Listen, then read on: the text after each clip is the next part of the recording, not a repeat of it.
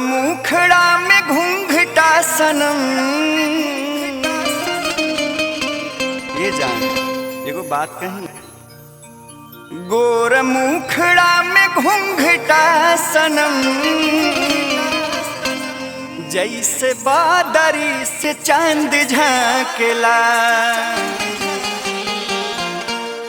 गोर मुखड़ा में घूंघटा सनम, गोर मुखड़ा में घूंघटा सनम, जैसे बादरी से चांद झांकेला।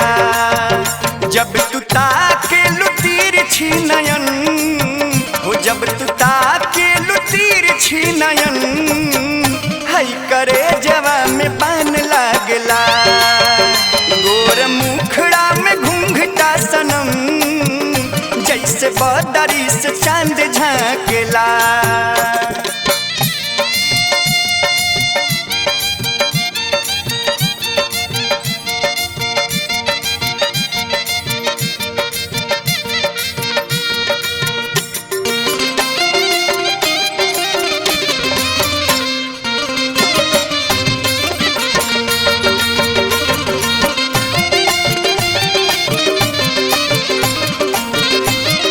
के देखिए कि लोग बेईमान हो जाते। का बनवले विधाता तोहे, देख के सबका के मानवा मोहे।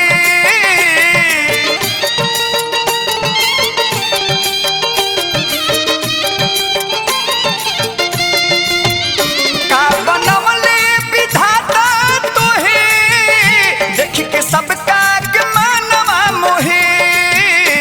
जब आचरा उड़ावेला पवन, जब आचरा उड़ावेला पवन, हई जवानिया तूफान लागला।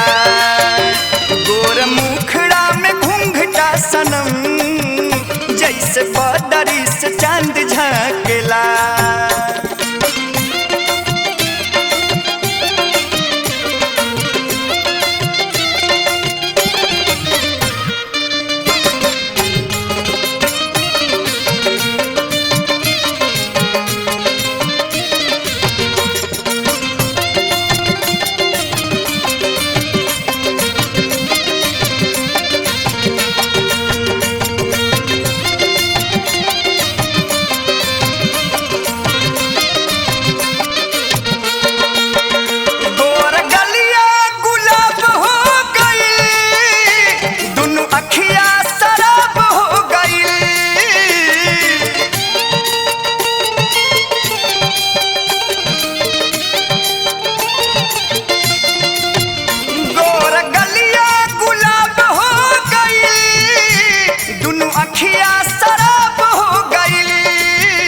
रस के भरल बसु घर बदन, रस के भरल बसु घर बदन, काहे मन बेईमान लागला।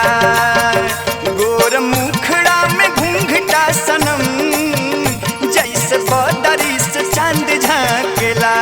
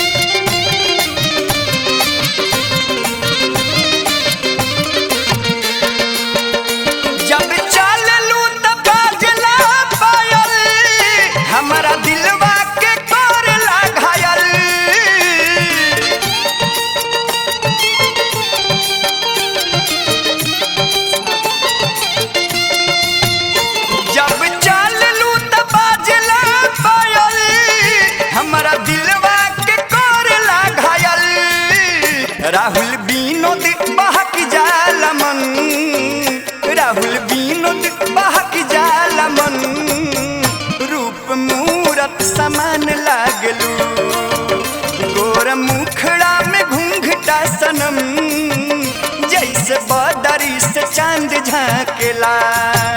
जब तू ताके लुतीर छी तिरछी नयन हाय करे जमा में पानी